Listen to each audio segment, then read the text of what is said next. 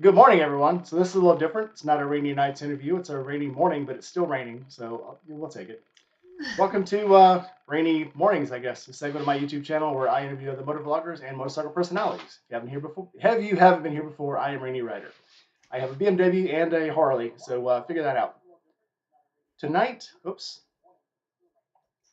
I do what I usually tell most people to do. I tell people to turn off their sound, and I didn't, so now it's off. Okay, so tonight we have Bex Motos, or this morning. You want to introduce yourself? Hello. Hi, I'm Bex Motos. I'm from Minnesota. I have been an avid rider, an avid motorcycle fan. Everything two wheels I'm really interested in. I love to travel, all the fun things. Right on. So we're going to kick this off. If you haven't already, like, comment, subscribe, hit that bell. And I guess last night before last, I found out that I actually have a membership on my YouTube, so you can actually join the membership. And I don't know, I'll try to work on more stuff on that. I'm new at being an actual real YouTuber, so I'm working this out. So this morning we have Dry Heat Doug, Loose Juice, Diana Pillion Styles on here, Nine Mo's on Two Wheels, my bud, and Sky's Limit. And then Anar just stepped in. So good morning, everyone. Uh, we'll wait a little bit for the serious stuff to go on. So earlier you were asking me about Forgotten Angels. Yes, yes, I'm interested. Need to know more. So that's good for Juice. Juice, I know, wants to meet you. So, so Forgotten Angels is a charity down in Tampa. It's for boys and girls who've aged out of foster care. Little known, we've seen all the stories. Everyone's seen the Marvels now, and seen good foster homes and bad foster homes.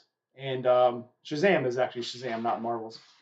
But these kids are the ones who go to bad foster homes. And they, as soon as they're 18, a lot of them, the night they turn 18, they get kicked out. I'm like, if their birthday is on the 12th, 11th at midnight, as soon as it turns, the 12th, they wake them up and say, get out. Wow. So these kids, a lot of times, sheriffs find them wandering the street. A social worker will find them on the street. Sometimes they get into trouble, but it's not too bad trouble. They'll call David and say, can you take this kid in? A lot of them they'll call before they turn 18 because they know they're going to get kicked out when they turn 18. Wow. So, What an incredible organization to do that. And as a social worker myself, I work with the older population, so 65 and older. oh, So it's kind of interesting to know about, it's not my realm, but, close enough. And, my heart's there. So that's yeah, super yeah, it's very interesting. close. Yeah, a lot of these kids, literally the day they show up, it's their birthday.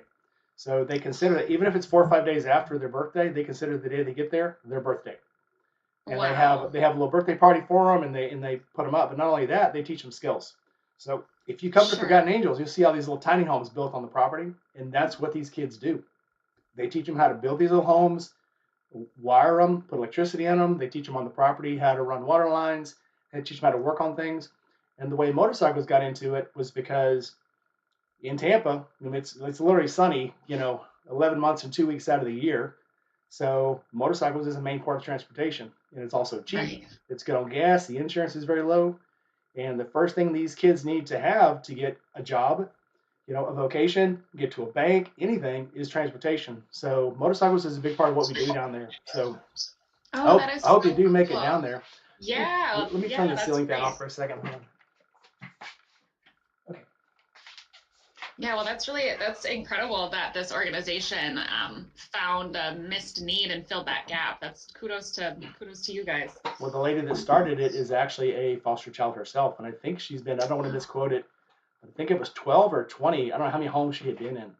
So she lived that life Wow. herself. And when she got out of Wow. it, when she got out of it, she wanted to change things. She So became that adult she needed as a child. Good for her. yes, That she is did. so cool. Her and her husband, and that's a romance story all by itself. I actually attended their wedding, which was 3 Forgotten Angels ago. They actually got married at the camp out. It was freaking awesome. Oh, that's so cool. So anyway, I'm sure we'll come back to that. There's lots of time for that. So we have 13 people. Oh, Sentinel just stepped in. My bodyguard. Sentinel's a lady from New Jersey, and the joke down there is if you feed her, she'll fight for you. So I love that. she is all of our bodyguards. She's a badass chick. So we love Love her. that. I need to know her. I need to know her. Seven says yes. Come to the Forgotten Angels. We need to go to the Scrambled Egg and hang out. I would Scram- love that. Scrambled Egg is a little restaurant that we all ride to. We'll get there usually most of us on Wednesday or Thursday. Scrambled Egg is our Thursday and Friday morning ride. And then Saturday morning, Okay. of course, they have a huge breakfast out there. We usually eat there, but it's all fun. So, and I'm sure Fun. if we get you down there, if you ride down there, we can there's a lot of people that come from Minnesota, Washington State, all over the place. But if you fly down, I'm sure we can probably find you a bike to ride. So Sure. Oh, that's so cool. It's good to know people. it's very good to know people. Very strange. All right, so let's kick it off. Oh, Bleak just stepped in. I'm sorry, Bleak, you were here before. I totally missed you. So anybody got any questions? Make sure you put at Rainy Rider. You're not monitoring the chat, are you? Me? No, no, I don't know. Should I? You don't have to. I I'll get don't the know. questions. Okay, okay, You concentrate on the questions, and I'll try to figure out what people are asking. So if you have a okay. question, put at Rainy Rider and then ask the question, and I will get to her. If I missed your question, don't be afraid to ask it again because that's what we're here for. So let's kick it off. Where are you from, and what do you ride? Sure. So I'm from Minnesota. I grew up in South Dakota, but moved here once I turned 18. So I've been here for about 15 years, and I currently ride a Triumph Street Triple 675, 2017, white and red and black. I love it. It's a beautiful bike. Yep, that's the one that I used in the thumbnail because it was a Yeah. very pretty bike. Thank you. Yep. So how long have you been riding? So, well, I got my own motorcycle license and my first bike when I was 21. However, I feel like since before I could even reach the pedals, my dad has had me on the back of his many BMWs that he has continued to upgrade and change through the years. So, since probably like in 1993, I was on the back of that doing like 400-mile trips with him. So, Nice. I would like to say, since I was very, very young. That's a upgrade for it's a life people want to have coming up in the world. I would have loved to have had that. I had to get myself started.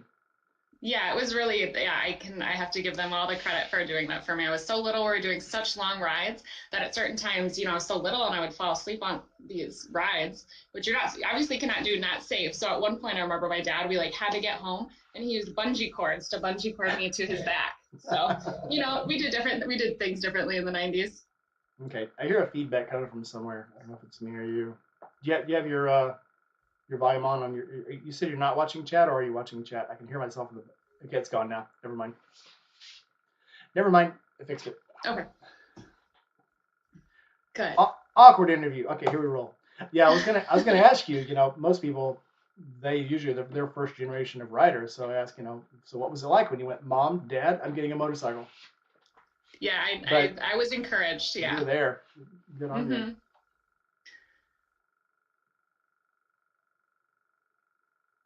All right, let's see. All right, let's roll the next question. So, you talked kind of like how'd you get into motorcycles, but what was the first motorcycle you ever got on yourself to drive? The first one I ever got on myself to drive. I think that was a CDR 250. Well, I mean, little dirt bikes around like the farm and stuff, tooting around on those. But my first bike that I properly learned on the road and got to do track days and stuff was a CDR 250. Okay, so the picture we see on your page where you've got Alpine Star boots and cut-off shorts, and you're on a little Coleman looking scooter. Is that Oh at the yeah, farm? that was no, that was actually I went to Sturgis this year. Yeah, it was so fun. So we went to oh my gosh, I'm blanking, but we go to one of the camps and it's a Camp Zero. So fun. They were sponsored by Coleman. These guys are just a hooting and hollering. They got sponsored by Coleman, have like 30 some bikes. That was my first time ever on a mini bike, and I am sold. They're so fun. Oh, there's going to be a bunch down at the camp out. If you come down there, there's a bunch of Coleman scooters. There's a bunch of the Groms. There's a ton of Groms. Somebody had a Honda little Navi. There's a ton of them out there. Trust me. And we have races on them. And one guy out there, he's not in the chat right now, but he brings his out there. He's got a Grom, and he tries to break the record every year for hours put on the bike during the camp out. I'm not sure. That. Juice might know what the hours were for this year, but literally anytime if the sun was up and even sometimes afterwards, that thing was cutting circles around. It's 7 acres, 17 acres. It's a big lot. People were just cutting big circles around it and having a blast. Oh my gosh, that sounds like an absolute dream. I'm coming to the camp out. That sounds great. And I don't know who is keeping the secret from me on these mini bikes of how they're so fun, but I am hooked now. They're so fun. Show up, you're gonna love it. Juice has one. So Juice, did you get yours fixed? Is it running now? I think something happened to it. We'll list it for him in the chat. He'll get back in here. Yeah, Jerry's bike had 130 miles on it this time, and that's for a bike that's that small. Putting 130 miles on it in 3 days, that's a lot. Sounds like fun. Sounds like a lot of fun was had. All right, so do you consider yourself a fair weather rider or a rough rider? Are you the guy that goes, sun's out, I'm gonna ride today. Oh, that's too much rain. I'm not riding today. You know, I am both. If it's around town and I'm, trying to commute to work or things like that, when it's bad weather, I am that fair weather rider, I gotta be honest. But if I have a trip planned, if my mind's made up that I'm traveling 2 states away for the weekend to go camping, I do that. I don't care because it changes. And if it's gonna be rainy, then you go to the north, you go to the south, wherever it's not. You kind of chase away those clouds. I learned that from my dad. Yeah, in Mississippi we say if you don't like the weather, wait 5 minutes. It's That's gonna change. exactly right. And that's why they make rain gear. You got to get out there and just do it. Juice said his bike is good to go, so he'll have his Grom at the next camp out. Fun. So Juice, you have a rider. Somebody's waiting in line, first in line. Yes, exactly. Okay, so on the daily now, who inspires you to ride? I think my family. So my uncle R.I.P. Who got us into motorcycles, my dad into them, and my brother. They just really do. Talking to them, they're just my motorcycle buddies, and even when I go solo, just keeping in touch with them, they inspire me they motivate me, they push me, they're excited for me, and it's always fun to have those cheerleaders. So it's definitely them. Okay. Mills is asking about. I keep hearing a feedback. I don't know where it's coming from. Nine Mills is asking about your channel, but you don't have a channel yet. You have an Instagram. I have an Instagram. Yep, just Bex Motos, BEXMOTOS. Are you thinking about Come getting say a hi. channel? I should. I really, my dad's been pushing for me to do that too with my travels and stuff. With as many followers as you have on Instagram, I think it would be a natural step. So there's two people that actually helped get their YouTube channels going on these interviews. And I think it's once they did the interviews and they realized people were actually interested in their lives, they're like, because that's what usually stops people. They're like, yeah, I'd have to update it all the time, and nobody's interested in me. Nobody's gonna get into what I'm into. Oh, sorry, my dog's coming to say hi. Oh. Sorry, I might need to pause just for a second. She seems like she needs something. I'm so sorry. That's fine. That's fine.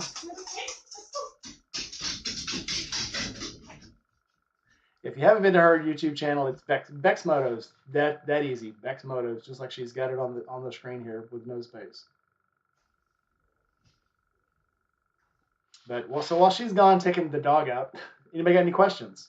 And that is one of the things of having a dog. I know everybody here has dogs in their houses. That's just one of the things that happens.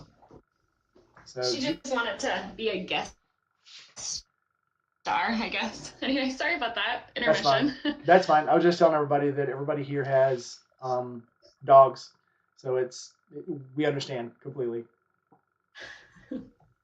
So all right, so Juice, put up your Instagram. So anybody wants to go to her Instagram, throw it up there. There's some good stuff. I think we actually put it up last night. We were on our personal, just us got together, just us creators, if you will.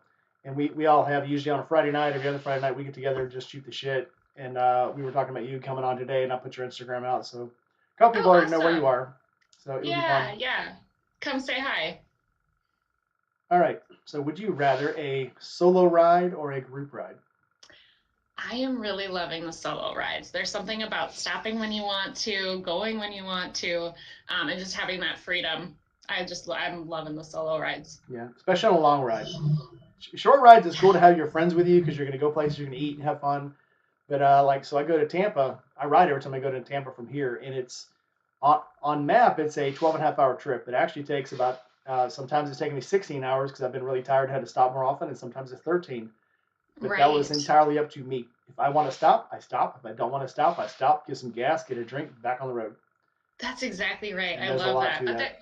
Yeah, and there's something I do love group rides too because it's so great. Like, when I come down to have other people who know the roads and to kind of show me around, there's just something really magical about that too. So they're both lovely, but I'm really finding how the magic of those solo rides. It is. It's good to clear your head. It's good to get out of your own head, and it's as we kind of sometimes say.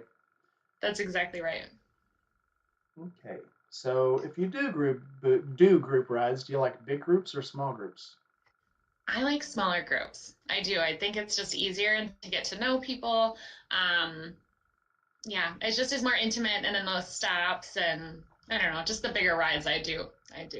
Yeah. I do them both, but I would prefer a small one. So Mad Yankee comes out of Massachusetts, and he's like, "Oh, boo-hoo! It took you 16 hours." So him and Seven both. So Seven comes from Jersey.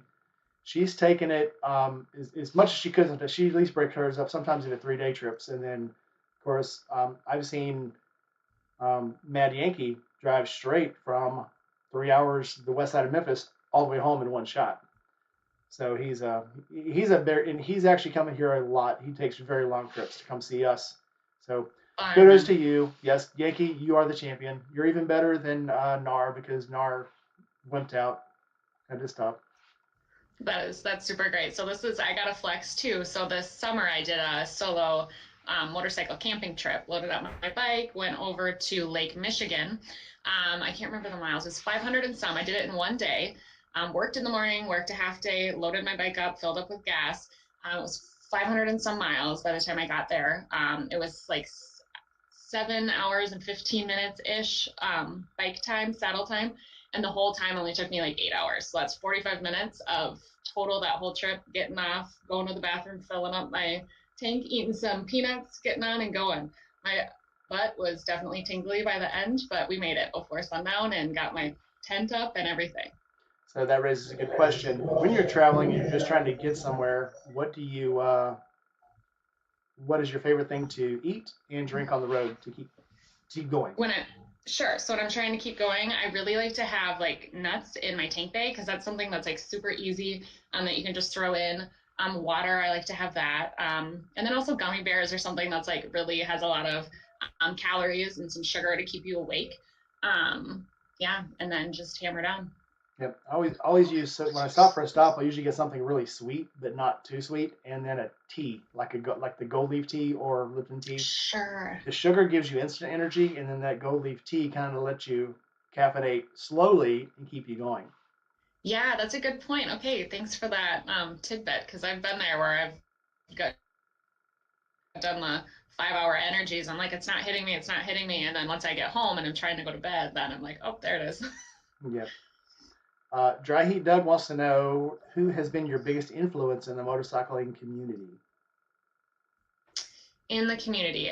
So I would say I've just been a huge fan of Valentino Rossi, the MotoGP racer. I love his personality, his outlook, his sportsmanship. He just makes it fun and just brings that fun energy to the sport, to motorcycles, everything surrounding it. I've just been such a huge fan since I was a kid that I mean, I follow his girlfriend, I follow his his like I just love it all. I love the whole community. It's fun. He is very much community oriented. I He like is. so when he first hit the street, he was competing against Nicky Hayden, which I didn't like, and so I Sure. didn't like him at first. But then once I found out that they were literally almost like best friends on the track, I'm like, okay, maybe he's not too bad. And then Yeah. once Nicky Hayden left, look, he was who was left to vote for. And then once you realize that he's so big into his community, I don't know if you've seen, I can't remember what the name of the documentary was on him, but his last season he started taking other riders under his wing. One in particular was actually from his hometown, and he built an actual huge arena in his hometown for kids to race on and to teach Yeah, kids how to race. that ranch actually went there to go peek at it. I in 2017, I'm such a huge fan. I went to his home track for to watch the MotoGP race at his hometown to watch him race because I knew his retirement was coming up. Flew all the way to Europe in 2 weeks before he broke his leg. So I was there. I still got to go to the race. Thank you, KTM, for putting me up in the hospitality booth and getting to do all that backstage. It was so I met Keanu Reeves that time. Like it Wait, was stop, amazing. stop. Yeah, yeah. I'm already jealous enough that Rewind. I've been trying to get Keanu Reeves on the channel for a long time, but his people won't even respond to me. So you got put up by KTM, and you got to meet Keanu Reeves. Yeah, I was in the backpack because I was in the VIP area, and so was he. And he just there's a joke that he goes around with the shipment and just like pops out at the MotoGP races because he's always there. He's a big motorcycle fan, as you know. Yep. I just come around the corner and I was like, "Is that Keanu Reeves?" So I got to say hi, got a picture with him. Yeah, it was super fun, and I got to go in the back, the hot pits, the KTM garage. Had to put my phone away because it's all secrets back there. I got to be in the BMW pace car. Got to go around The things you miss 100% of the shots you don't take, and all I did was send an email to someone in KTM. And that's why I said to people, that's why I got you on. I'm going to turn on the that's echo. Exactly right. I'm going to turn on the echo cancellation here real quick because it's. I think I'm getting it from your end. Do you have earbuds? I do. Should I go grab them? It's not really bad. I think that just made it better. I turned off the echo cancellation. Turn off the echo cancellation and it makes the echo go away. That's weird, but that's sometimes how it works. Yeah, nope, that totally makes sense. So yeah, so I got to go to Rossi's hometown. Got to go to the track, his home track, and then his hometown. And his town is like there's murals about him all over. I got to see the ranch. Of course, there's tons of security, so I kind of like peeked over. But his restaurant, his store, it was just people love him, and there's a reason why. Did you get to see the memorial that he put up for his friend? Up, the echo's back. See if you can find some buds real quick. Okay. Real quick. While we're here, throw your questions out. And then I'll get to Dry Heat Doug's other question very shortly.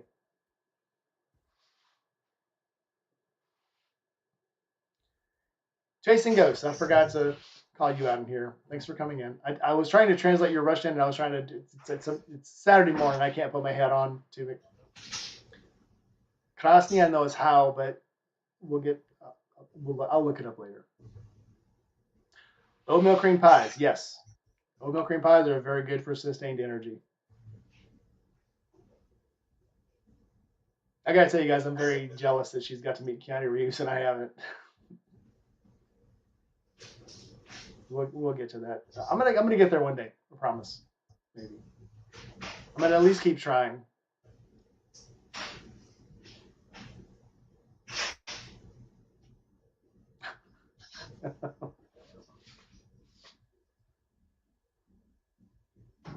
Ghost, you can't say those things. We'll talk about those things in private.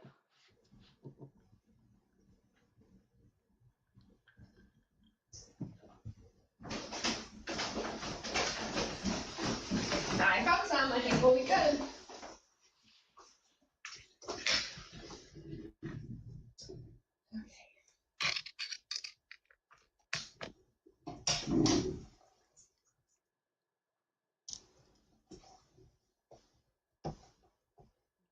There we go. There. Okay. I'm still getting an echo from somewhere. I don't know where.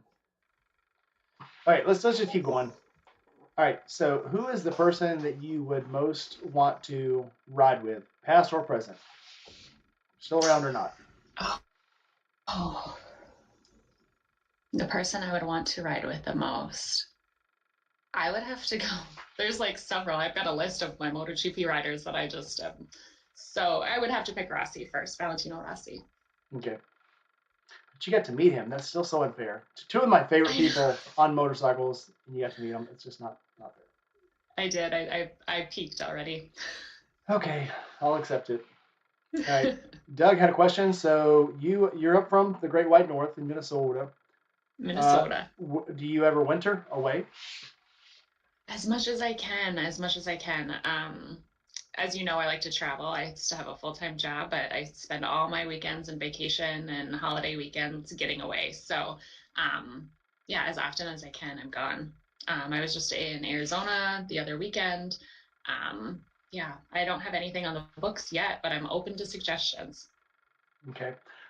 Obviously, Forgotten Angels, but that's not till March. So. Yes, in March. Yes, that's right. So I am still. It's cold here. I'm south of Memphis, actually in Mississippi. It's cold here, but it's still every day I can still ride to work. There's very few days lucky. I can't. I know, right? Because pretty much everybody here except for, let's see, 9 Mills, Chasing Ghosts, and Dry Heat Doug. Everybody else is from the north. We're all like in Texas and Texas. So there's Texas, Mississippi, Arizona.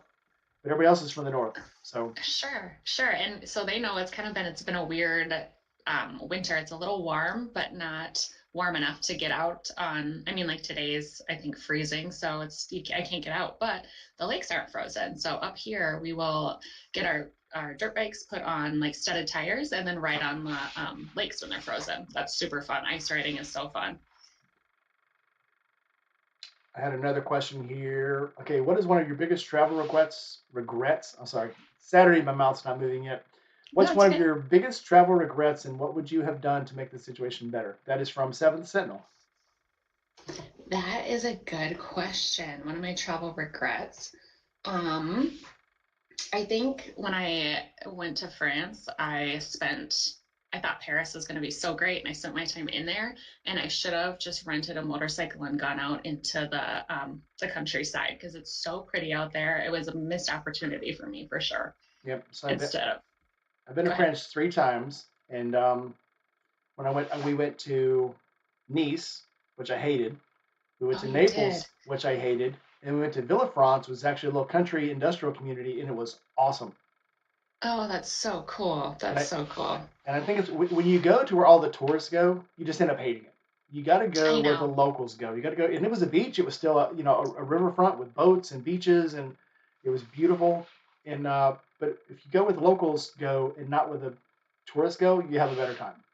That's exactly right. And that is to highlight something like this, where we get to know each other in a motorcycle community. You have no idea how much people like you or other people reach out and let me know about, oh, this area, or these are the things to do. My DMs are always open. I love to consult and tell people cool niche places to go to. And now I've got something on my calendar for March just from the interwebs and our motorcycle community. So Yeah, super cool. there's so many people, and I seen a meme about it the other day. But there's so many people that I would not know, not be able to hang out with if it wasn't for motorcycles. Seriously. The glue that binds, absolutely. That's exactly right. Okay. Yep. So Chasing Ghost says she's in Texas in the swamp, out by Big Thicket. So yep, Chasing Ghost is actually not far from me. I actually grew up in Beaumont. I don't know if you know where Beaumont, Texas is. I Ghost is don't. right outside Houston. So if you ever been on I-10 between Houston and like Lake Charles, Louisiana, or Baton Rouge, I don't think so. it's Mm-mm. about as south as you can go in Texas and Louisiana without swimming in the Gulf of Mexico. Okay. So Okay. it's hot. We're talking 100-degree, 120-degree heat sometimes, but it's primo when you're on a motorcycle because it's perfect. Yeah, that sounds amazing. All right, I thought we had another question, but all right, let's go to the next one. Okay, so you do a lot of meetups. You go places, you meet people all over the world. Hmm. What has been your favorite motorcycle meetup? My favorite one, I love the Blind Lizard Rally. It's on Father's Day every year on Nicollet Island in downtown Minneapolis, and it is just quirky, hipster central. Like it is the coolest people who come out. It's the coolest bikes, and everybody is just it's crazy how motorcycles, this community, bring each other together. Everybody's your best friend. Everyone's so happy to show off their bike, ask about yours. It's incredible. I love that one every year.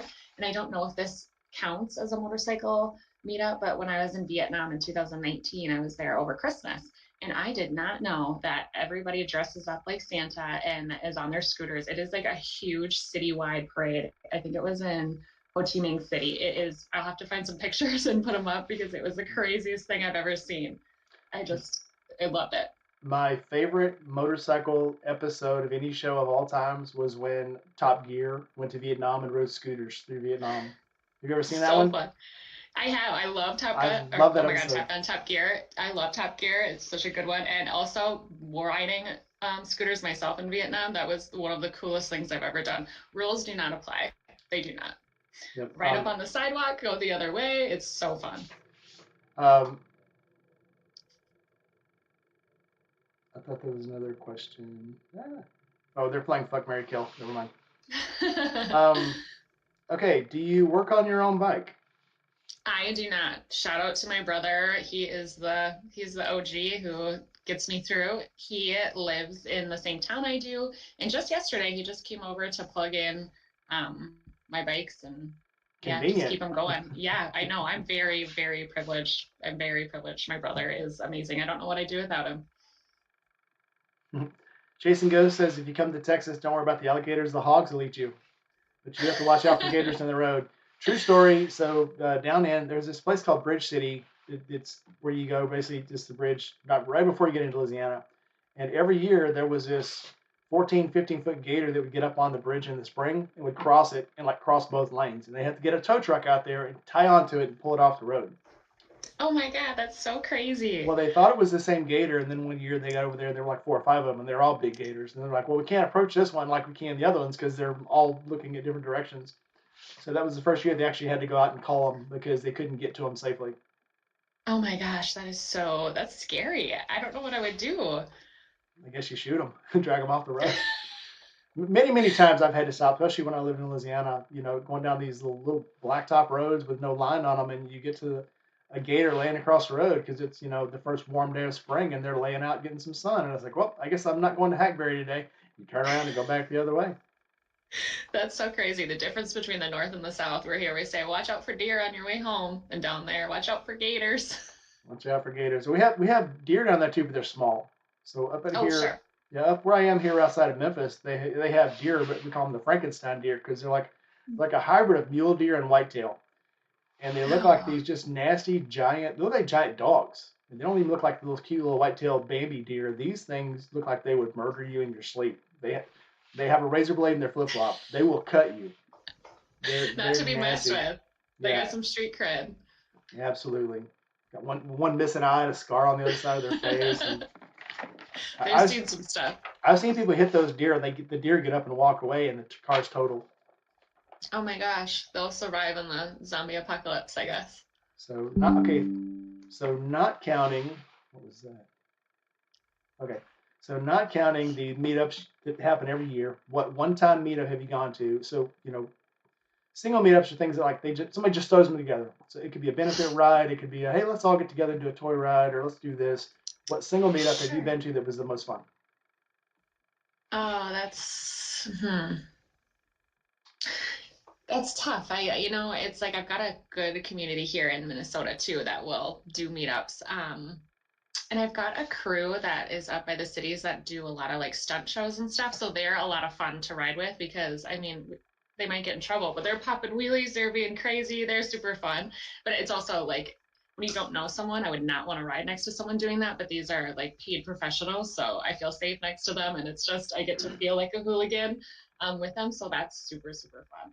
I like Uh, that. And I do like the benefits too, like the cancer benefits and stuff, but I'm always like one of these things are not like the other. Like my Triumph bike never fits into those. I don't know why. I get all the eyeballs. I don't like the attention, and it's like my bike looks different and sounds different than everybody else's on those. I don't know if it's just a southern Minnesota thing, but I love that bike. That's an awesome yeah. bike. Yeah. So I have a friend that has another. We'll get to that later. Got another question. So Nar says, nothing at random says, he's glad he's not the only one who doesn't wrench on their own bike. Nar, there's a difference. And I'm not going to point it out, but there's a difference. I So know it's tough. Jason Goes says, has she tried a hightail ponytail holder? I'm about to do a review on it. Would nice if you have, not to have someone braid my hair all the time. It's one less step. So yeah, you've got that. So you've got some very glamorous shots on your Instagram. How do you keep the hair nice when you're on the motorcycle? Yeah, good question.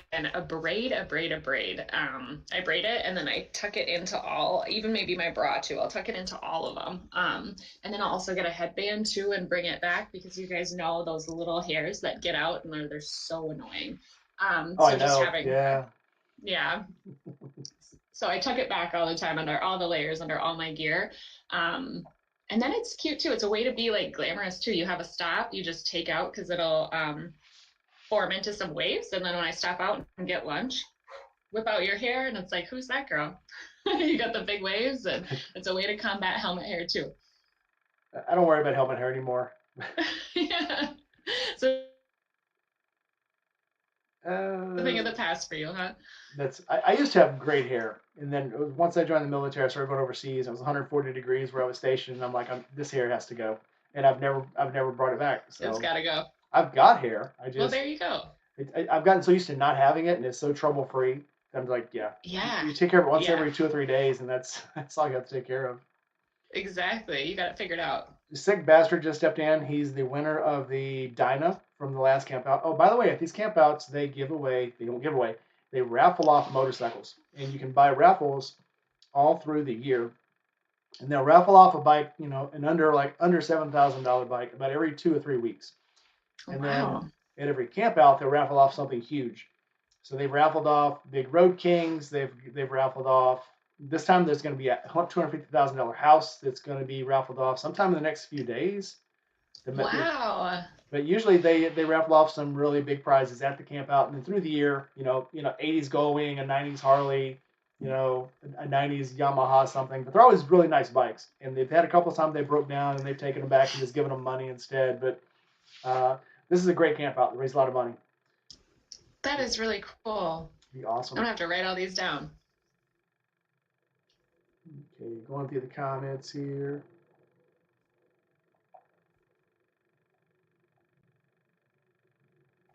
All right. Comments talking about hair and working on their own bikes. So we'll move on to something else. Okay, what is the stupidest thing you have ever done on a motorcycle? What is the stupidest thing I have ever done on a motorcycle?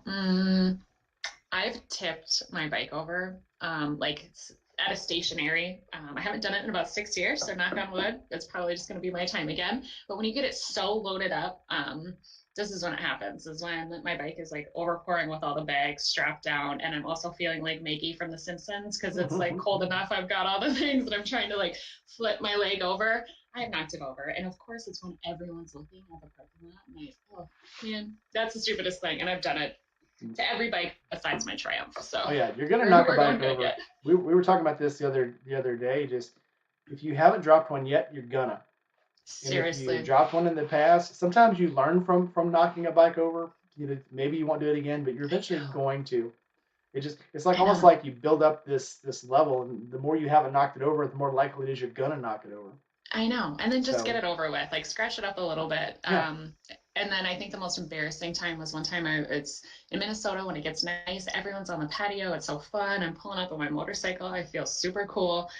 There's like motorcycle parking, and I'm over like a speed bump, and I didn't realize I was over a speed bump, and I went to flick the side stand down, and everyone's looking at me because it's a chick on the bike downtown, and it flips it right back up. I think the kickstand's down, and it's not, and I get off, and I just dump it in front of everybody.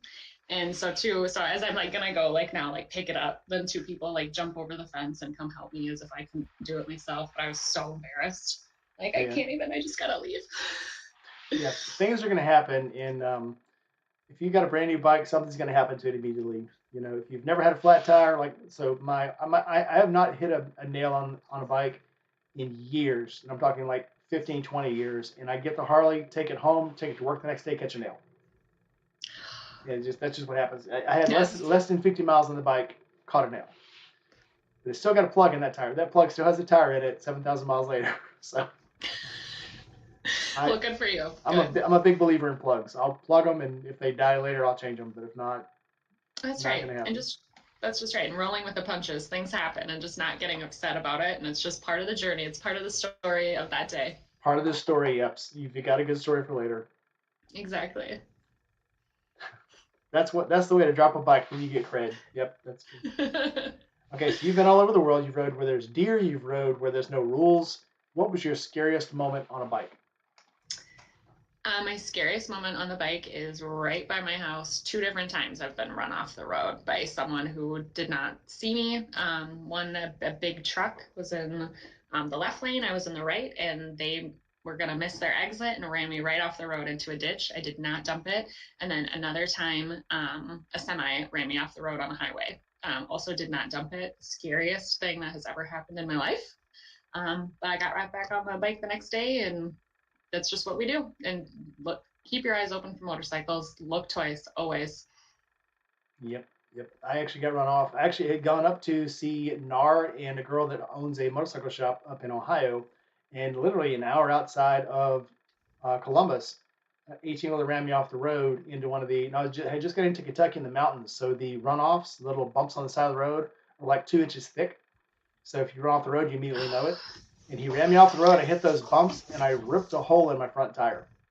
Oh my gosh! I actually got to. I looked at it, and it looked okay. I could tell, there was like a discoloration. I was like, okay, it's good. Every time I got gas, I'd stop, and it still looked good. I got probably 30 minutes from home outside of Memphis, and I started hearing this bump, bump, bump, bump, bump, bump, bump. And I looked at the bike, and it had a knot on it the size of a freaking plum. And I'm like, well, can't stop now. I'm on I-40. And I took it all the way home. By the time I got home, it was huge. And I literally touched it when I got home, and it popped. I'm like, well, somebody was looking out for me. But Wow. Wow. I'm glad you're okay. That's sometimes you so just got to get scary. home. I'm just glad it I hung on know. for that long. Yeah. Oh my gosh, that's so scary. And those times like make me a better driver too, because being in that position, it's like it reminds you how vulnerable everyone is around you when you're in a big machine. Oh yeah, that's why I don't.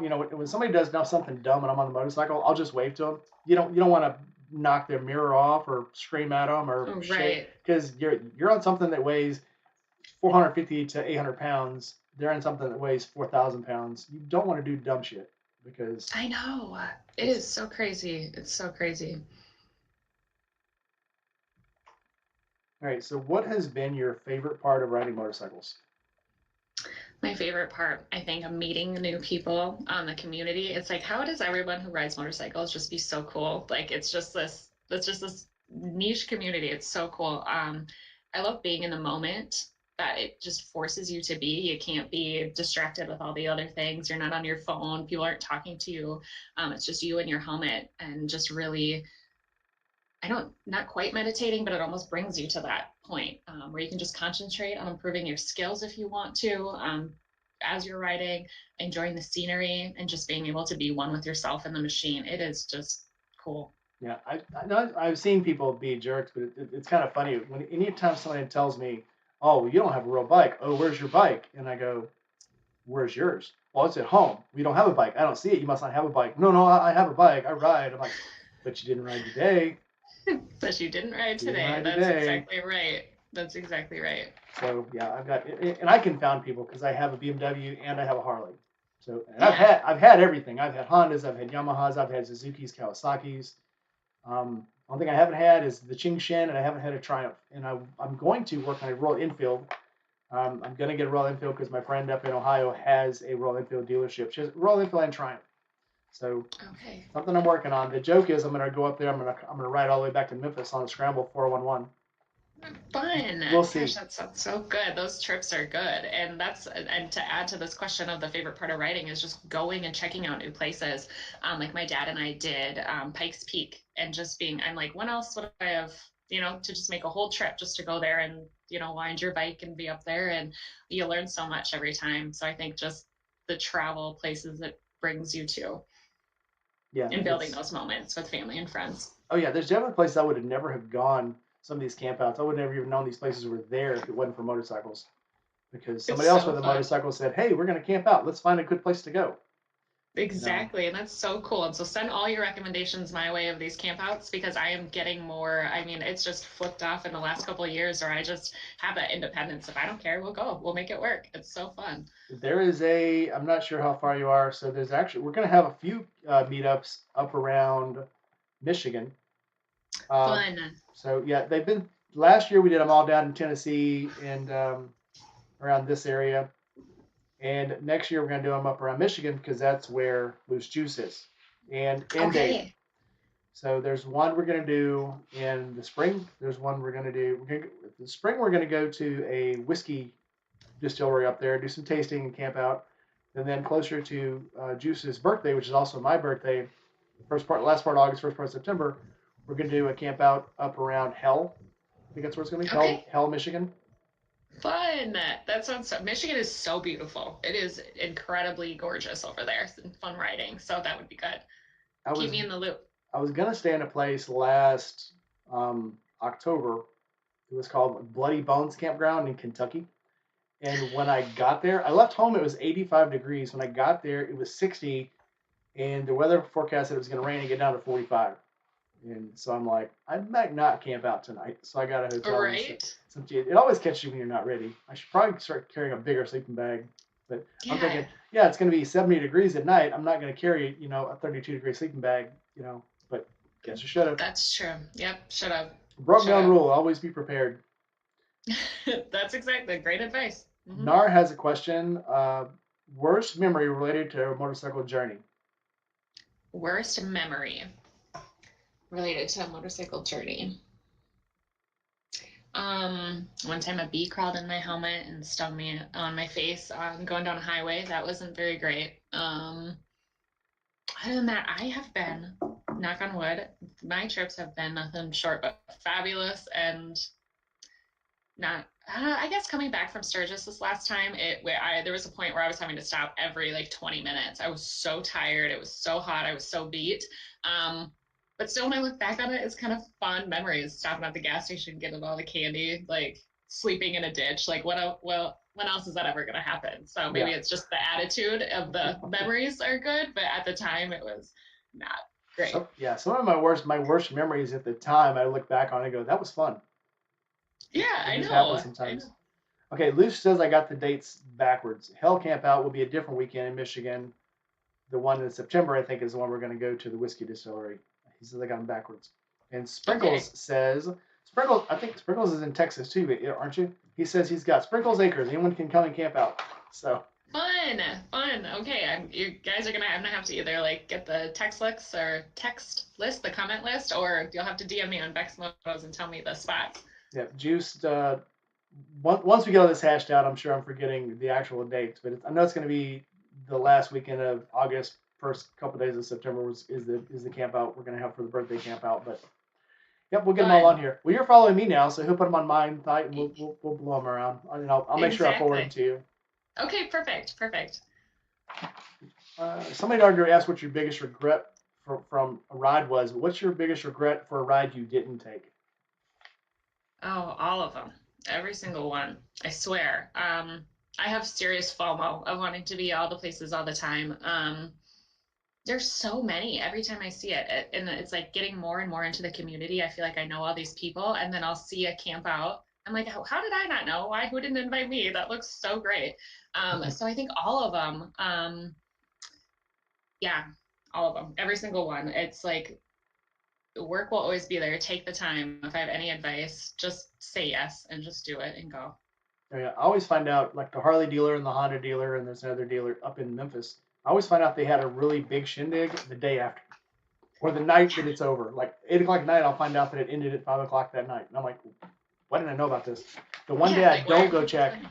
yeah, I know that's the same thing with the Northern Lights up here too. It's like everyone talks about the Northern Lights. How did I not know? Why isn't anyone telling me about the rides in the Northern Lights? DM your girl. I need to know both of those things.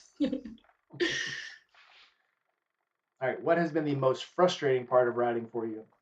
This one is easy. The size of the bikes. These engineers are not making them for short women. It's just, I'm limited. Or otherwise, I know you can alter a bike, but it alters everything else about it and the way it rides. So I think the most frustrating part is fitting on a machine. I'm 5'6", so I'm not terribly short, but also, I've got a woman's body, just a little bit different. And there's so many bikes I would love to ride that just don't fit me so well. And I know with an increased skill set, if you're good enough, you could just ride everything. But we want to stay safe too, and you got to learn somehow. And yeah, I just think hopefully things can change and progress in the future that they can remember that as shorties like to have the best of the best bikes too. So Yeah, Chasing Ghost just said, what is your height? Which you just answered. I'm asking for finding gear, customizing bikes, etc. She goes, she's too tall and nothing fits. I think Chasing Ghost. What are you, 5'10"? Ghost. Ghost is a truck driver. okay. So if she's not on the truck, she's on a bike. Oh, that's super cool. So She sounds she's awesome. yeah, she is. She's pretty awesome. And she has a very good story. I'm gonna get her on one day, and she's gonna tell her story about how she got the name Chasing Ghost. Very interesting. That's cool. But yeah, so the Harley was already short when I got it. I think it's if an FXL. It's the a lowered Harley Sure, sure. Sportster, but the BMW came with a 31-inch seat. I can jack it up to 34 inches with ride height, and actually it's all electronic. It's very cool, but still I want something a little lower. Oh, sure. Because yeah, I'm getting old. Started hard to throw that leg over, especially when I have to jack it up for weight and an extra passenger and all the gear and stuff. So somebody's asking about the Northern Lights. You said you do know the Northern Lights, or you want to find out about it? The Northern Lights ride. Oh, I didn't know that there was a ride. I was talking about like when it's actually like the Northern Lights are Or the happening. oh, okay. Yeah, like outside. And then, yeah, but no, that sounds amazing too. That sounds so good. I need to know about that. Well, I know there's one in Norway because I've seen 3 different motor vloggers do the Northern Lights right up there. But Cool. Could you imagine? it's like riding Wow. on the edge of the world. I mean, or the edge of the universe. Seriously. Yeah. Seriously. Oh, hey, Julie Smith. I didn't see you in here earlier. Welcome. Also, I forgot to say hi to um, a couple other people. So I did say hi to Sprinkles, but I think who was it that ducked out before I could even say hi to him?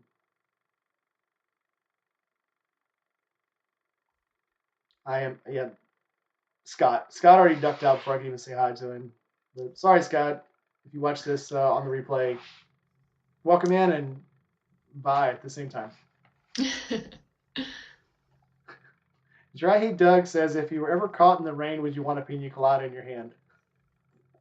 Yeah, for sure. Otherwise, I would continue. No, I would first continue riding until I just physically could not anymore, and then I'll take 4 pina coladas. I know it's a sweet drink and it might be foo foo, but I love pina coladas, especially on a They're so hot good. day. Oh yeah. Yeah, there's nothing wrong with coconut and pineapple and rum. And Dirty Monkeys. I love Dirty Monkey. Yeah, those are good too. Well, I guess we're going out for Mexican today. All right. Sounds good. All right. So we're into the end of the year. What are your plans for next year? What ride you got planned? I am trying to work on that. I want to do this next year. I want to fly to a different country. I want to rent a bike and I want to do a tour. So I did not even know about this until the last year. It's the Northern Coast 500, NC 500. If you haven't seen it, Google it. Oh my God, it's in the northern area of Scotland. And there, it's my understanding that you can just camp anywhere. Like, you don't have to have a campground, it's free camping. You can just pull off somewhere beautiful and put Yeah. your tent up. It is incredible. It doesn't even look Yeah. like Scotland when you look at it. It's like Yes. one area is a beautiful beach, one area's got cows, one area is like, it just looks so cool. One thing I didn't know about Europe, so I thought Europe was really tied down and restrictive and stuff. And when the Europeans come over here, they're like, "So where's the wild camping?" I'm like, the what? Yeah. Yeah, where do you wild Yeah. camp? And I'm like, "What's wild camping?" Well, it's where you put your tent up anywhere. And I'm like, "The state park? I don't know." Oh, Yeah. so it doesn't cost anything. You just find a place. Like, no, it's a state park. You got to find a place to tent. That's everywhere over there. Everywhere you can just, oh look, there's Everywhere. a good place to throw a tent. The only wild camping here, and I know about this because people have told me, people will actually throw their tents up in like Love's gas stations and BP gas or the bigger Flying J. You can actually put a tent up on their grass and camp. I didn't Wow, know that that. is so interesting that you can do that. And for being America, we have all these beautiful, big, wide open spaces. You think if Yeah. any place would have it, wild camping, we would. But interesting, yeah. No, But so we're very, yeah. Well, the funny thing is because we're the only one of the only countries where people own the land, not the government. Most of it. So if there's a place that's that the true. government doesn't own, people own it. And over there, the government literally owns everything in Britain. Britain True, that's a good owns point. 97% of the land. The British government owns it. The monarchy owns it. And so if the Sure. monarchy says you can camp, you can camp. All right. Insane. It is insane. The more you know. I'm going to send you our Discord links where you can follow our Discord and stay attuned to all the campouts we do. So we have a ton of stuff on there. I'll message it to you after this is over. Fun, thank you. We probably, Juice, you can correct me. I think we did, not counting the Forgotten Angels camp out, I think we did 4 campouts last year in the spring. Literally like once every 2 or 3 weeks we were doing a camp out somewhere. Fun. I And love that. we were having fun. I love that. Next question would be, okay. All right, so you have a Triumph. You have this Triumph Speed Triple. Hmm. What bike, if someone asked you, hey, I've done finished my MSF course, I'm tired of riding around this 250, and you get a better bike that I can keep for a few years, what bike should I get? What would you tell them? Low on maintenance, easy to ride, not very difficult to maintain or control. What would you tell them? I feel like the bike that I have now is incredible. I love it. I would recommend that. I also had the KTM Duke 390 when they first came to the States. I had that. Um, my biggest regret was selling that bike. It was easy. It was little. It was easy to load and unload. Um, and just a great learner bike for anybody and fun to take to the track. So that's my answer. KTM Duke 390. Easy peasy. Sick Bastard says we would get shot if we tried to wild camp here. Because that it's is always on true. somebody's land. That is true. Yep. I agree. It's too We scary. we definitely need to. You need to start a YouTube channel. And when you go on these trips, you need to just take some shots, put them together, throw some music behind them, and put them up. I'll do that. I should. I totally should. This will be my year. 2024 will be the year. I'm for it. Okay. If you could go anywhere on a motorcycle today, start anywhere, end anywhere, to take a trip, where would it be? Asia. I feel like Southeast Asia. It's cold here. I'm ready for that hot tropical jungle. I'm ready for the craziness, the weird smells, just something super different where everyone else is talking around you. You have no idea. I love that little culture shock. So if I got to go somewhere today, I would probably start somewhere in Northern Asia and make my way through. There's something kind of exciting about not knowing if their roads over there are crazy. Like they're not super, I hate to say reliable, but you don't quite know if it's going to be open or if it's going to be a whole herd of cattle taking up a road. It's just crazy. It's crazy over there. And there's just something so fun about that. So that's my answer. Southeast Asia. I get extremely, you talk about FOMO. When I watch these documentaries of people, there's a guy I watch, he's a Russian guy called Adventure Rider.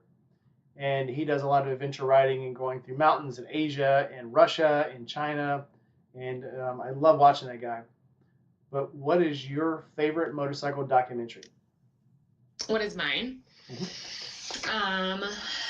Oh gosh, I guess I like the vloggers. So I think do you guys know Itchy Boots? Have you ever followed her? Yeah. She's not like a documentary, but I love following her. That counts. Yeah, her outlook and everything. I think there's all the languages she knows, and even her outlook. I just got a holler to when she was in, I think, Peru when COVID hit, and she was in a town where she was pretty spooked because it was on lockdown, and she is from Europe, and that's where COVID was really bad, and the town kind of turned against her, and her outlook was still like they just don't know. Like her outlook is incredible. She is the epitome of what it is to be a responsible traveler, and I look up to her so much. So I love to follow her. I am so scared for that girl. She puts herself in such weird situations. She does, but she just she plays does herself it. She comes through them. She does. What's funny is all the guys that go, marry me, here's my number, take my number, and she'll like weasel her way out of it. Oh no, so sorry, I'm not getting married today. I'm only married to the motorcycle. Bye, have to leave. Yeah, like her personality is just unbelievable. She is so cool. She is very cool. Yep, I love watching her. I have not missed any. I started watching her, I think, in like her third season when she was on the second bike, Bassani. And I actually went back and watched all the earlier ones from when she just got the bike and when she was riding from India. So I have not missed a single episode. Did you watch the one, her super episode? It was like 2 hours long. It was like a YouTube movie. I must have not have. It's the only premiere she ever did. Oh, wow. And it was a summary of the entire end of the one coming from Alaska, I think. Okay. But it was long, and there were I want to say like 500,000 people watching it. It was ridiculous. Oh, wow. She's got 2 million or 3 million subscribers now. It's a lot. I don't know anybody that has that many subscribers on a motorcycle. It's ridiculous. I know, and she deserves that. She is just so entertaining to watch, and I just love. I gotta again like her. If anyone's gonna have a voice that projected and loud, she is just so responsible in everything that she does, like socially responsible. Yep. Not confrontational. She's not nothing political, nothing ideological. Right. She's just out to make. Yep. Yes. My love and understanding. Yeah, I just love watching her. She's so easygoing, and that's what makes her so lovable. Is that she's just so easygoing. That's exactly right. My favorite documentary would probably be the Long Way series. The first two more than the last one. The Long Way Up and Long Way Down and Long Way Around were better than I think Long Way Up. Long Way Up, I think it got too productionized. It got too fancy. But the first one, especially when they were going across Russia and Asia, it was absolutely awesome. Loved it. That's so cool. That's super cool. Okay. drawing to the end of our questions. Anybody out there that has any questions? Yes, 9 Mils. We're talking about your future girlfriend, Norley Schumacher. 9 Mils he'll do these shorts and he'll talk about his shout outs and try to get people to go riding with him or go on a date with him. So he's had Julia Roberts. he's had Valentino Rossi. It was one of his, and so was that is so cool. And so was Keanu Reeves. Just that's cool. Like I can see that. Like you want to be the one person you want to ride with. Just like he says, take your shot. Take your shot. You miss 100% of the shots you don't take. That's exactly right. All right. Are you allowed to travel with a firearm on a bike through different countries? Oh, I don't even have one. I've never done that. But no, I would assume not. Like even I was going to go to Canada and I couldn't even have mace. I don't think you can even have mace there. They considered, so when I was in Kuwait and Iraq, they consider OC spray a weapon of mass destruction. It's a chemical weapon. Oh, sure. Yeah, I know. It makes sense. You can beat the hell out of prisoners, but you can't use OC or spray on them.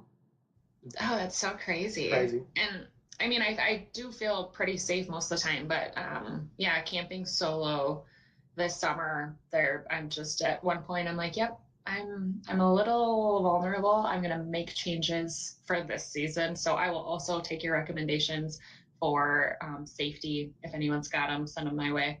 A knife. Carry a knife, carry it close to your side, keep it strapped to you. That is probably the best thing. And I think everybody here carries a knife when they're on the road. So it's, I usually have a fanny pack and I'll keep it right on the same belt as my fanny pack, right to one side. Just a smaller one, just a little right. that big, because you need something to get you out of trouble. You don't want something that's going to save the world and stop a bank robbery. You need something to get you out of trouble. Right. I know. That's so true. So maybe some mace and a knife. Adding that to my list. Yep, I have stories. I would more suggest a knife than mace, because you'll be more reluctant to use the knife. The mace, you just want to pull it out as soon as it's out. You want to spray. That can get you into trouble. Sure. I've seen people get into a lot of trouble. So I have a law enforcement background. Anybody that's close enough to use a knife on, the law considers it's too close to you. So you're justified in using it. If you just mace people, that too many questions. Too many questions. I see that. And a social worker in me is also very de-escalation first and always, and trying to, not ever be in a situation like that, but you can never be too safe, I guess. Right on. We'll talk about that. I have tons of recommendations on knives. I bought knives before I was in the military 20 years, and I bought knives for the girls over there before and showed them how to use them. I actually am a edge weapons instructor. So we'll talk about that later. Okay. All right. Any more questions in here? Not surprising. Nar says he doesn't know who Itchy Boots is. Nothing at random. You have to look her up. Yeah, Nothing at Random is our resident. I'm not sure what we call him. He's our little brother. We all call him little brother. There's so many things. He was raised sheltered, I guess. Movies he hasn't seen, TV shows he hasn't seen. We'll make references to things and he doesn't know. He knows all about Dungeons and Dragons. He knows about Dungeons and Dragons, and he knows about video games, but nothing else in the world he knows about. I don't know. Yeah. Well, we all got our strengths we bring to the table. So we're going to educate him. We're stronger. We're educating him. Exactly. Yeah. Okay. Have you inspired anyone to ride or wrench on their own bikes? Probably not wrench, but I inspire my brother to wrench every season on mine. For you.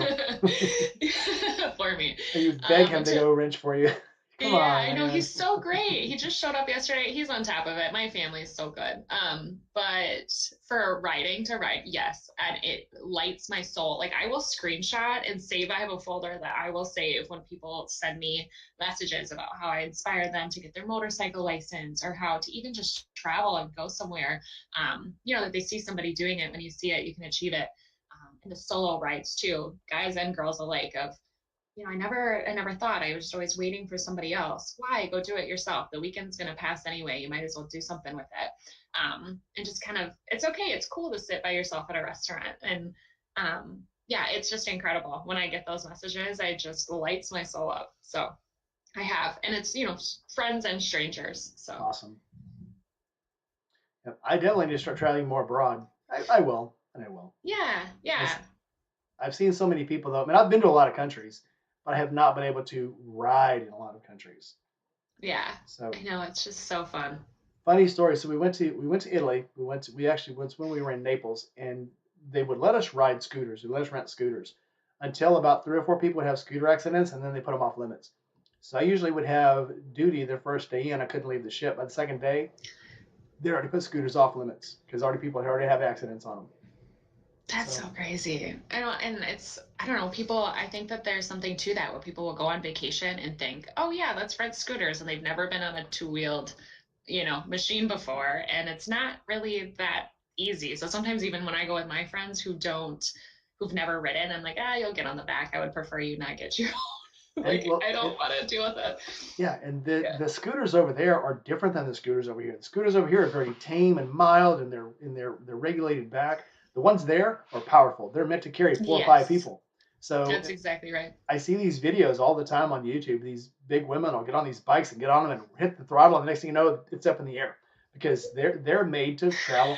That's the main transportation. They're not regulated. They're grocery Yes, getters. They're for carrying the entire family. So you exactly. might have a small scooter, but it might put out 30, 40 horsepower. That's It's gonna exactly move. right.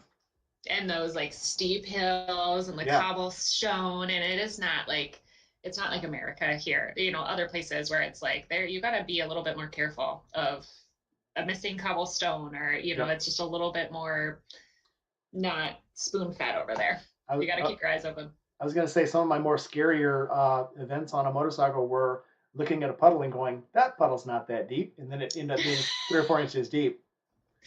Yeah. It makes for a good story, doesn't it?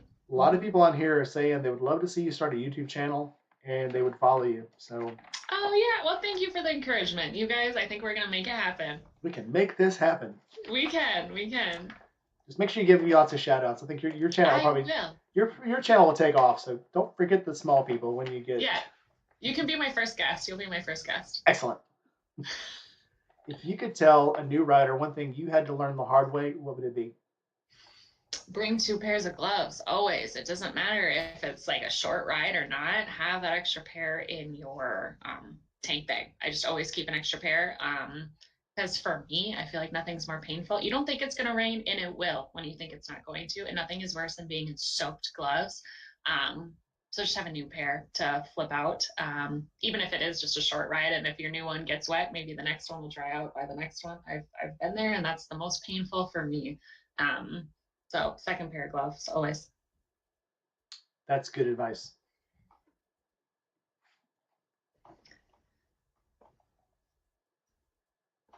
Read through the comments real quick. Okay, next question. What's one thing most people may not know about you? Um, this question is that's hard because I'm a completely open book. I talk all the time. Everything's open. I am there's really no secrets to me, but I would say when people don't know me, if and if it's not an event surrounding motorcycles or anything, people's like jaw will hit the floor. Um, to realize that I ride motorcycles and go camping by myself, go across the country by myself, tent by myself. But yes, you can wear lipstick and earrings and do these things too. So I think that that is probably, I know everyone here knows that, but other than that, I'm very open book and everyone knows everything. I share my life on my Instagram. And so everyone's there with me every day. Right on.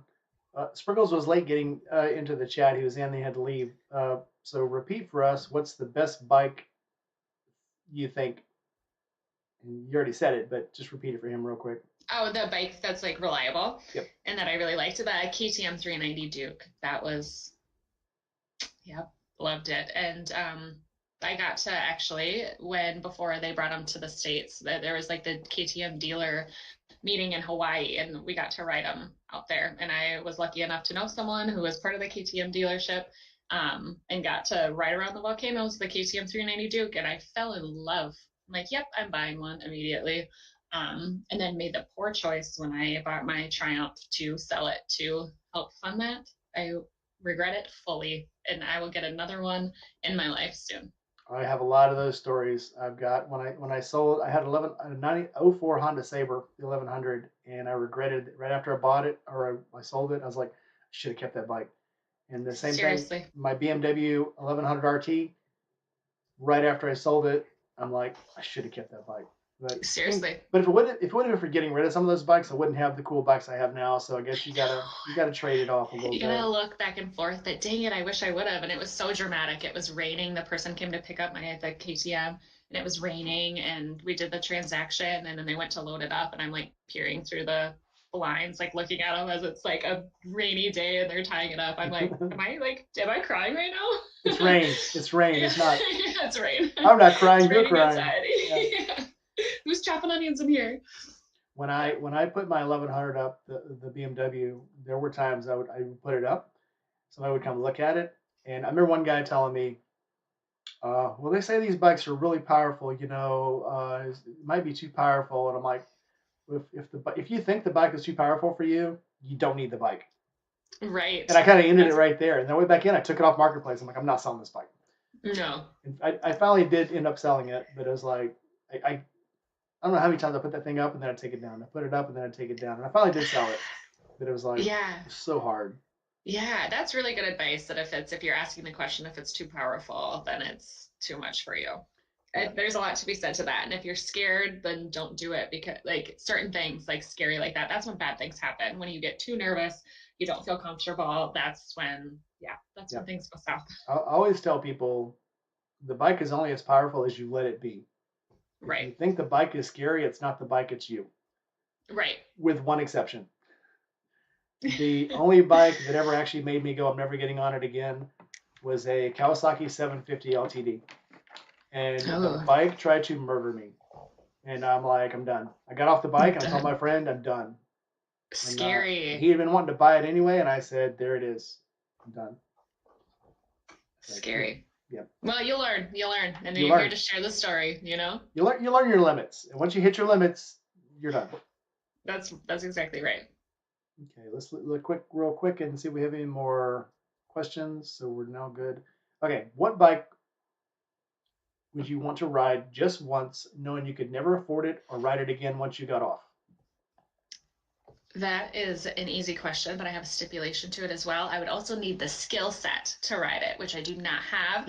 But a MotoGP bike, are you kidding me? How cool would that be? I would definitely hurt myself. I am not good enough. I'm not even close to good enough. But if I could get that skill set and have that opportunity to take a lap around the track, oh my God, I would die happy. That would be so cool. I don't know how many times watching MotoGP that I saw them get their wheel speed sensor cut, and the bike just disappears. It's like gone right off the track. Totally. Yeeted right off the track, because once all the controls are gone on that bike, it's a missile, and there's no slowing it down. I know. Max Biaggi used to get way too close to people and would always lose his speed sensor. He'd clip and just yeet the bike right off the track. He was a good rider, but man, he raced so dangerously. I know. Yeah, I feel that way about Marc Marquez a little bit, yeah. But you know. But it's so fun. I love MotoGP. I'm a big fan. So. Oh yeah, absolutely. I used to watch it when Speed TV was still a thing. I used to watch it all the time. And then when Speed TV turned into something else and you had to pay for extra packages, now I can only watch it on YouTube. But oh sure, yeah, love it. Yeah. I do the app, and I am like addicted. Like all the racers, I follow them. I follow some of their family, definitely all their girlfriends' wives. I know they had sushi for last night. I follow them. I'm seriously bad. I am like invested. I'm invested. Bad. So it's fun. If you could buy any bike right now, what would it be?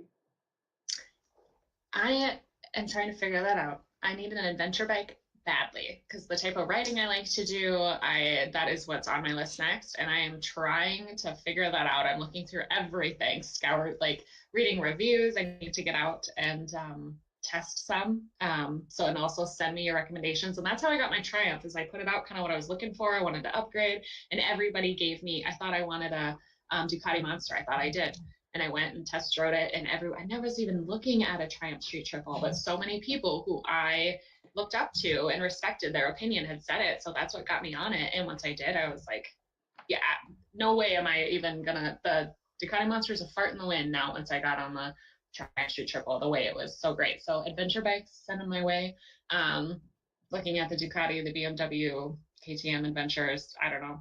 So here's what we're I'm gonna open do. to it. So my friend that's up in Columbus, it's becoming a ritual. Once a year, I'll have a meet and greet up at her shop. It's called Throttle Co.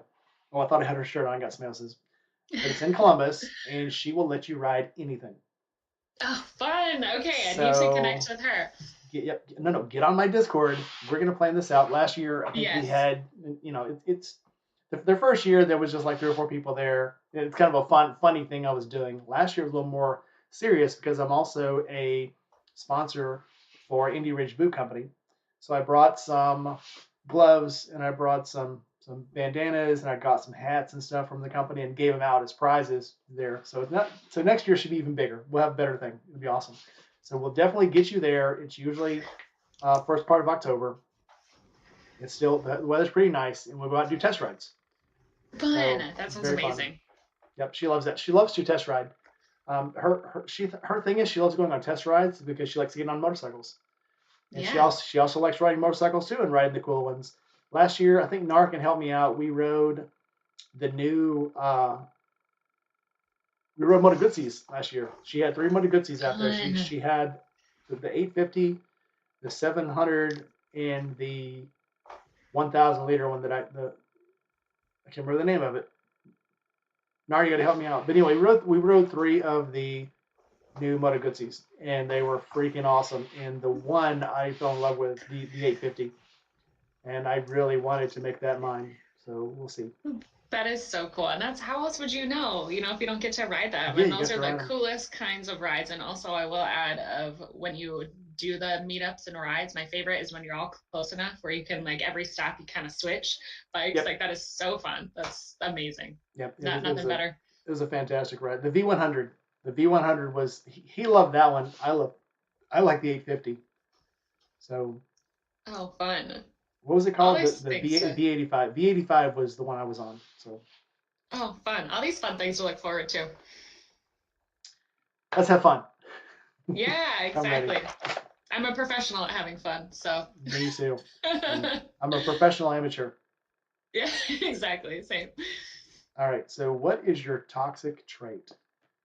You know, I almost shouldn't share this because no one's going to have sympathy for me, but the amount of times I have pulled into the gas station when my gas tank is zero, it is unbelievable. I get like, there's so many times where I'm like, good thing I got AAA because, yeah. So no one's going to feel bad for me when I'm stranded and I'm out of gas because they're going to be like, you said you do it all the time. But it is incredible. Every trip, every time, I don't think I'm going to make it.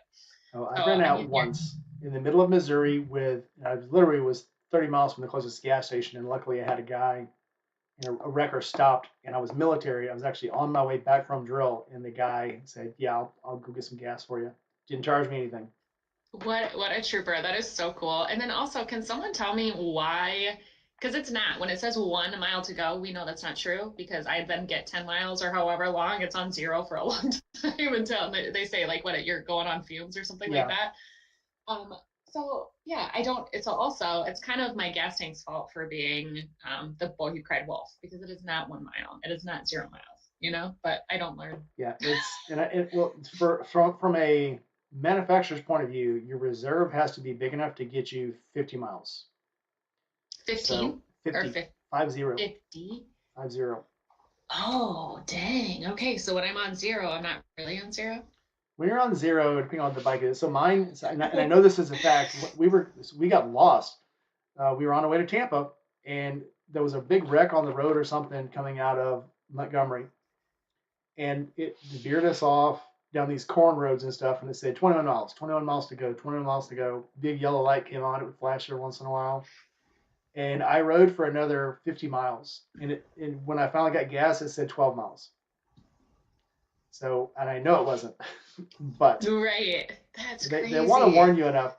NAR says the V85 was an ADV bike. So when we go to Columbus, if you go with us, V85. Okay, fun. It didn't have as much power as that V100, but it was so comfortable. It was smooth. It had power. Don't get me wrong, it had power, but it was just an awesome bike. So it wasn't very expensive.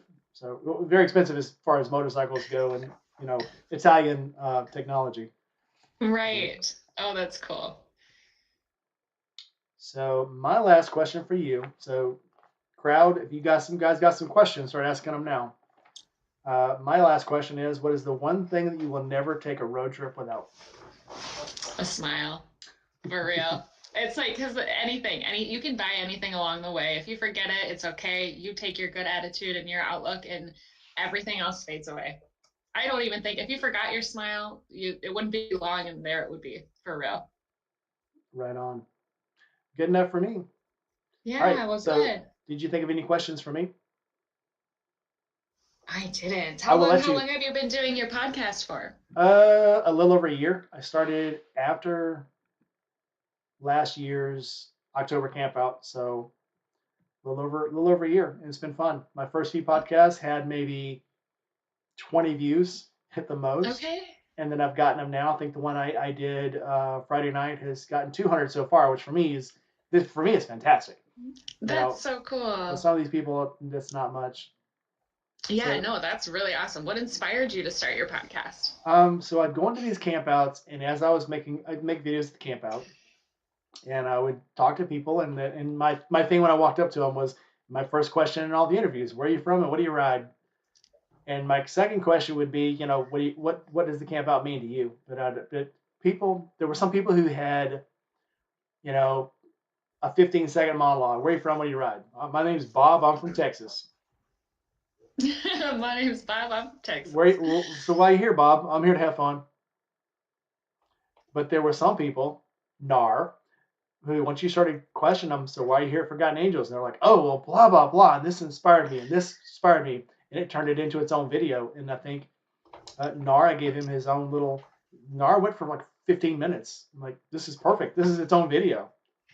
And there were That other is so people. cool. So then I started going. I'm going to start interviewing people, and it was a lot of fun.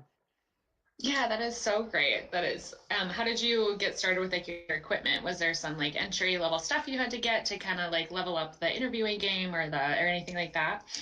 When I first started, I had a GoPro 7 Silver, which was like $100, little small little thing, and I mounted it on my helmet. And I got these quick connects where I could put it on the helmet and I could record on the helmet. And when I got somewhere, I could flip them off and put them on a little handle, and then I could do that. And it was just the cheapest way to start.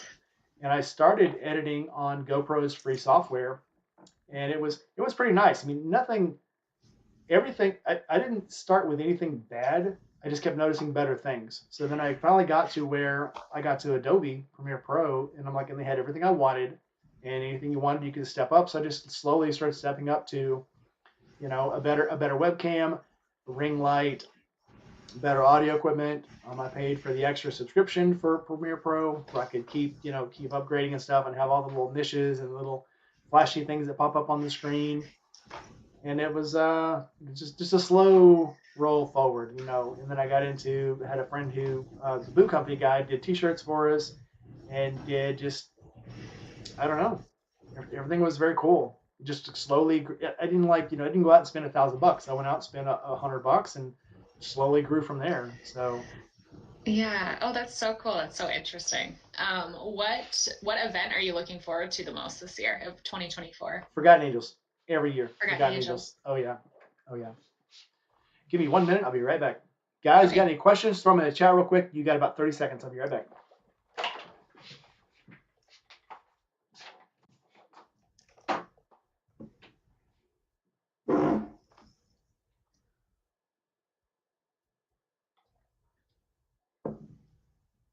I can show off my scooter mug to you all.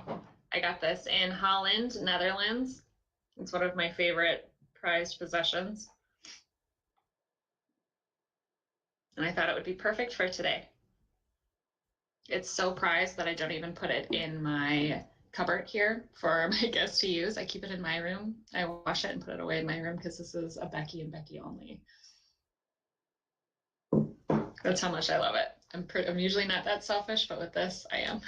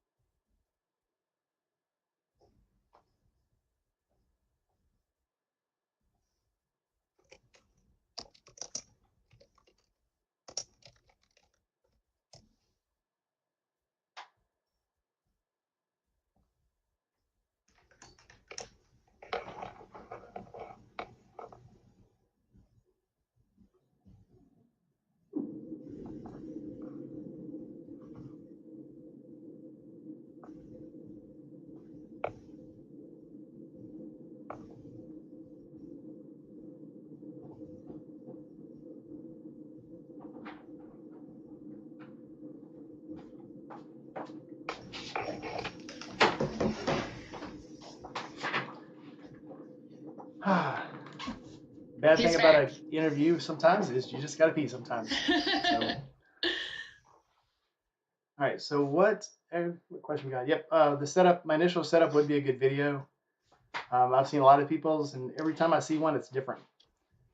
So everybody started somewhere different and moved up. Yeah, yeah, that is interesting. I just need to do it. I just need to jump in. I've always been waiting for the right time or get the right equipment or have the perfect thing. I just need to create that channel and get something up and just go from there. Thank you for the inspiration. Yeah, I've seen people do it with their smartphones. They record, and so that's how the girl from Switzerland, she started just recording on her phone doing shorts, and she put up YouTube, and it was all shorts. And I interviewed her, and we started talking, and then she started doing longer videos, and then she did her first full length video on her YouTube was our interview that I transcribed for her, put it into a format, put it on Google, and she downloaded it to her page. That was her first video. Oh, cool. And now she's making big videos. So it's Good. Nada on the so road. cool. I don't know if you follow Nada on the road, but I don't, maybe, I think I do. I think I do. That's really familiar. yep, I was her first person that I got to interview her, and then I was her first video. Oh, that's so cool. Look at you inspiring people left and right. I love that. Yep. Julie Smith's next. I'm going to get Julie Smith and Chasing Ghost. Chasing Ghost already has a channel, but Julie Smith says she's not going to start one. But once I interview her, I think I got a good chance to get her in. Yeah, there you go. Yeah, GoPro 7s, even the GoPro 4s are great starters for a channel. If you, I mean, they don't cost much. You can get them on.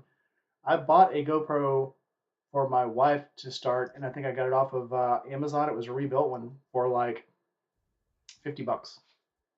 Right. Oh, cool. Okay, good to know. They don't cost much. Yeah. Dan Pillion Style, who's my pillion, says, "What kind of dog do you have?" She's a pit bull. She's a pit bull. Her name is Memphis. Yeah, nice. She's a good girl. Love pitties. A lot of pitties in here. We have a guy in our group that does pitty rescue. Oh, that's so awesome. That's so cool.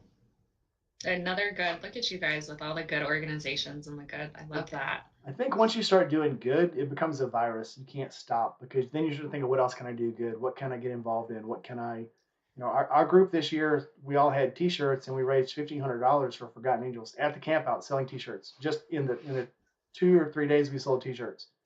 So unbelievable. We did a great job. Which, by the way, I need to send you a shirt. We'll talk about that in the after show once I get off. Okay. Okay. All right. So any last minute questions? Anybody? Do you have any more questions? Not that I can think of, but it is so cool to be on here. Thank you so much for having me into the group in the chat too. Thanks for watching and for your questions. It's been fun. I've learned a lot. Excellent. All right, guys. If you haven't already, drop a comment, hit that like button. If you haven't subscribed, go ahead and subscribe. And for now, I think our next one, I'm going to have Lost on the Road next Saturday night, and that will be at 6 p.m. Central Time. Lost on the Road, as everyone knows, won Road King Kong. What was it? 3 or 4 campouts ago, won a Road King that the local Harley dealer in Tampa decided to put about $20,000 or $30,000 into. So that is so cool. Yeah, over the course of like the six months before the camp out, they just kept adding stuff to it, and before you know it, it had everything you could put on a motorcycle, which was good because Lost on the Road is about 6'7", so it needed everything on it just for him and his wife. So,